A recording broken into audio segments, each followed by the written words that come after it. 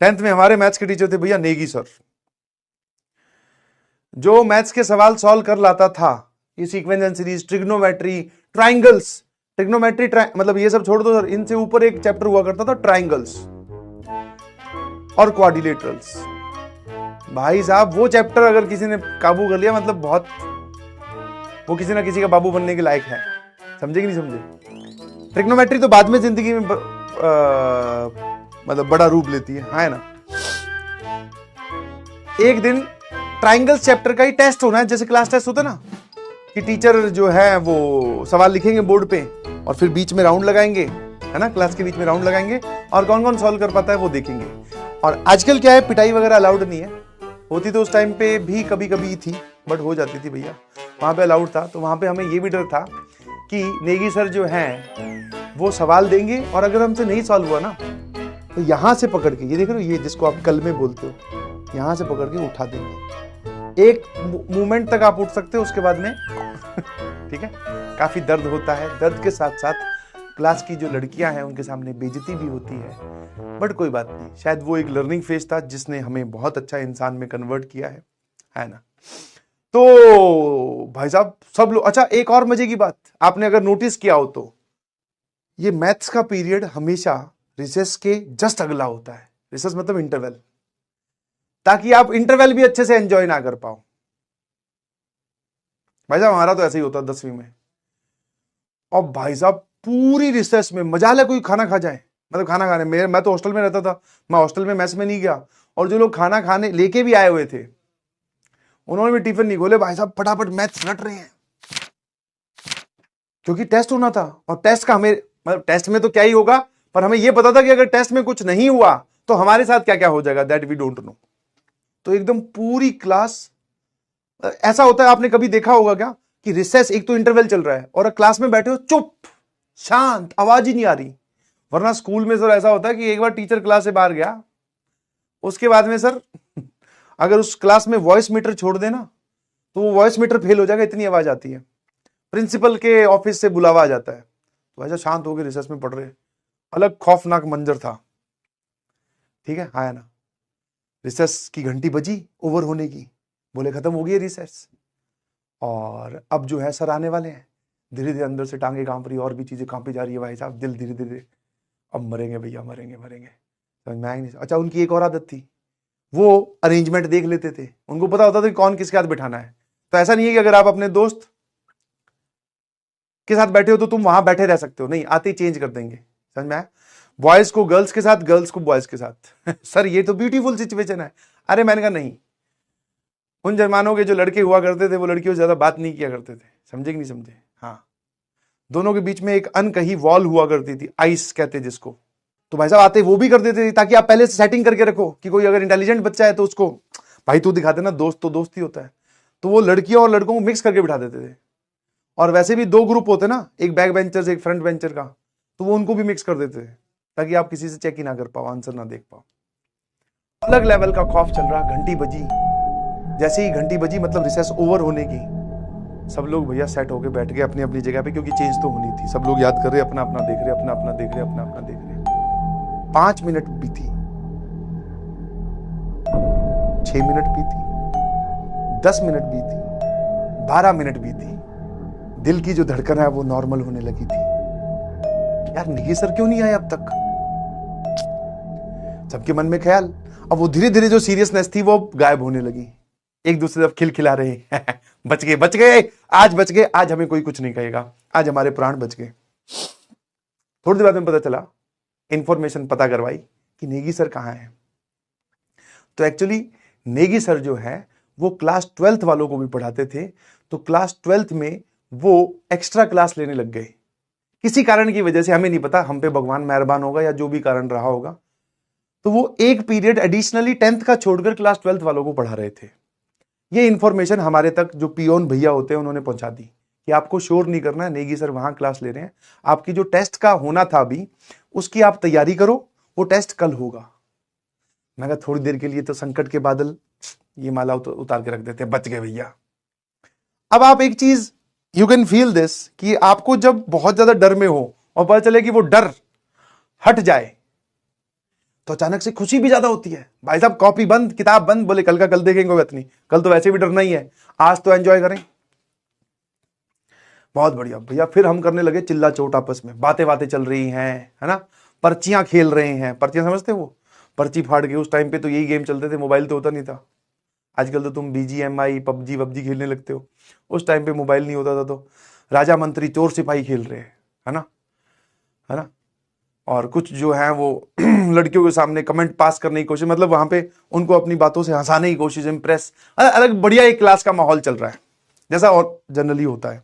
तो इतने में क्या हुआ, हम दोनों ही, मैं अकेला ही, खाना नहीं खाया था, तो मैं हॉस्टल की तरफ मैं एक राउंड लगाया था यार, मैस में क्या बना था देख आता हूं, और साथ में एक सूसू ब्रेक ले लेते, अब तो बच ही गए।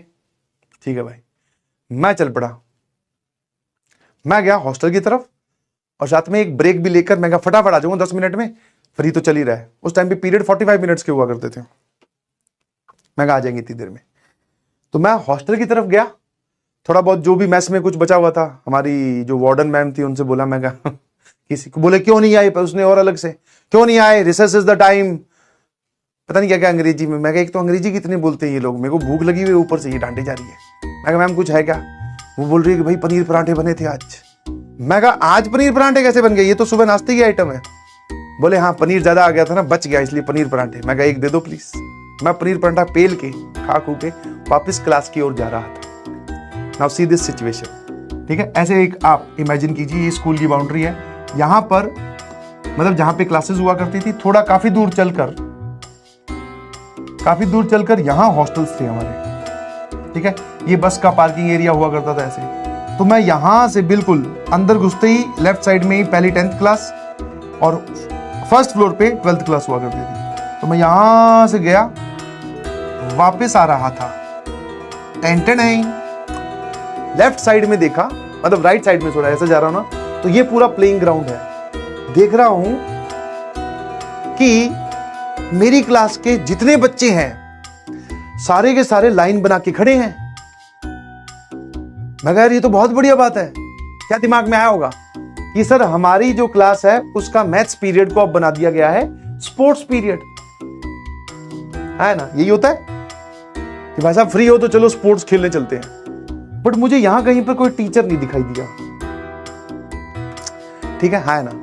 तो मैं यहां से आ रहा था, मैंने ये यहां से वापस क्लास की तरफ क्यों जाना, सारे के सारे जब हमारे दोस्त सहपाठी सब यहीं खड़े हैं तो अब खेला जाएगा, है ना। मैं इस तरफ चल पड़ा, और जस्ट पीछे यहां पर प्रिंसिपल ऑफिस हुआ करता था। मेरे पीछे पीछे ही प्रिंसिपल आ रही हैं, मुझे कोई आइडिया नहीं कि मेरे पीछे पीछे प्रिंसिपल आ रहे हैं, सॉरी, है ना, मतलब प्रिंसिपल आ रही थी, उनके साथ एक बॉडीगार्ड टाइप आप बोल दीजिए, या फिर जो भी आपको बोलना है, सर रहा करते थे, पीटी टीचर बोल दो, या फिर मतलब वो सारे काम ही देखते थे पूरे स्कूल के, वो भी आ रहे हैं, मुझे कुछ नहीं पता। और यहां पर आपको पता चलेगी द लिमिट ऑफ हरामीनेस ऑफ योर फ्रेंड्स। दोस्तों ने भी कुछ नहीं बताया कि क्या चल रहा है। मैं भी दूर से, मैं कहा कौन सा स्पोर्ट्स खेल रहे हैं आज, अपने बास्केटबॉल है कि क्रिकेट है कि क्या है। मैं क्रिकेट में तो लड़कियां चिल्लाने लगती है, हमें नहीं खेलना, हमें नहीं खेलना। तो मैं पक्का या तो बास्केटबॉल होगा या फिर कुछ और होगा। मैं मन में ये कैलकुलेशन चल रही मेरे, है ना। आगे आगे मैं और पीछे पीछे प्रिंसिपल मैम।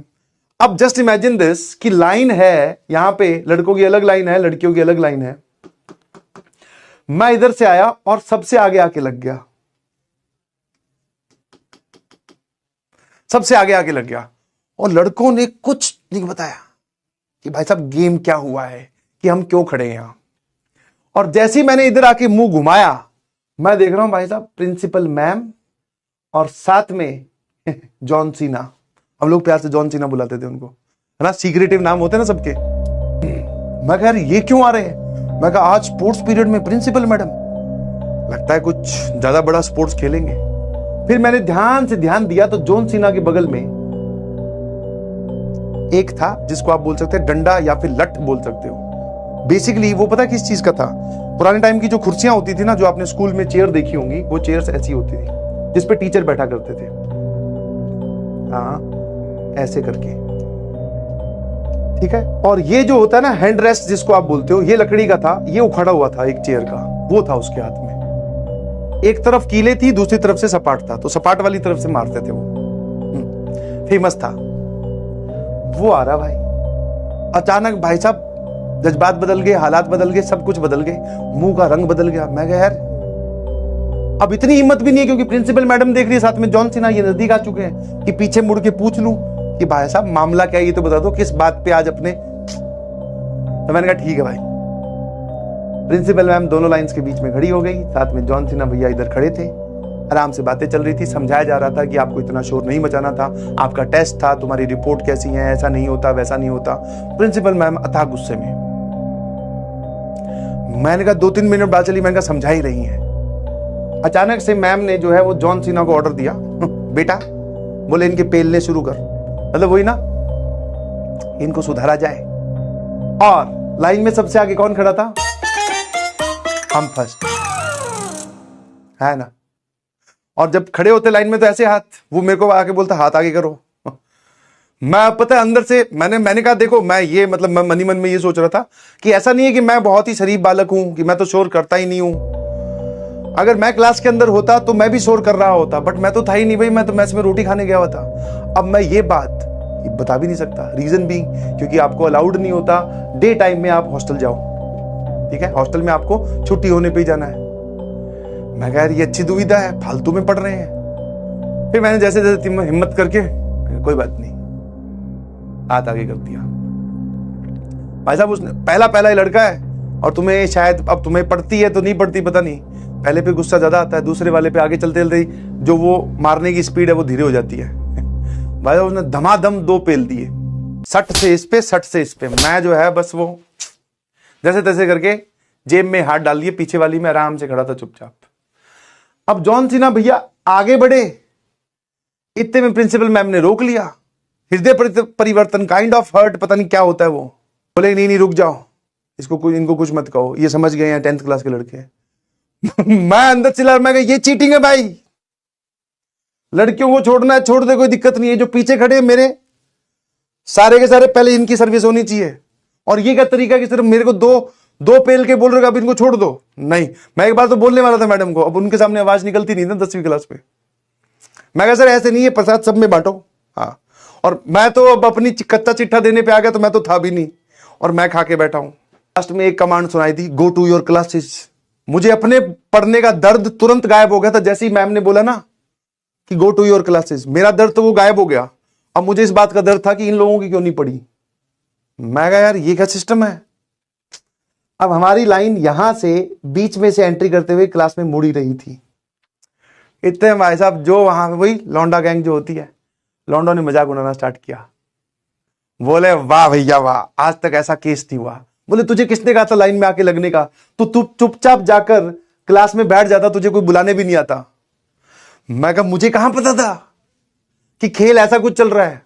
हाँ भाई साहब पूरा मजाक उड़ाया जा रहा है। मैं कहा यार अब हंसो तो मत, कम से कम लड़कियां भी अलग खिलखिला रही हैं। मैं कहा यार ये क्या है, शिट।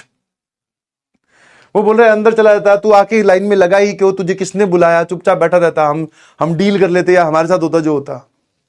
मैं कहा फिर एक बात बताओ, जब मैं लाइन में लग रहा तब नहीं बता सकते थे?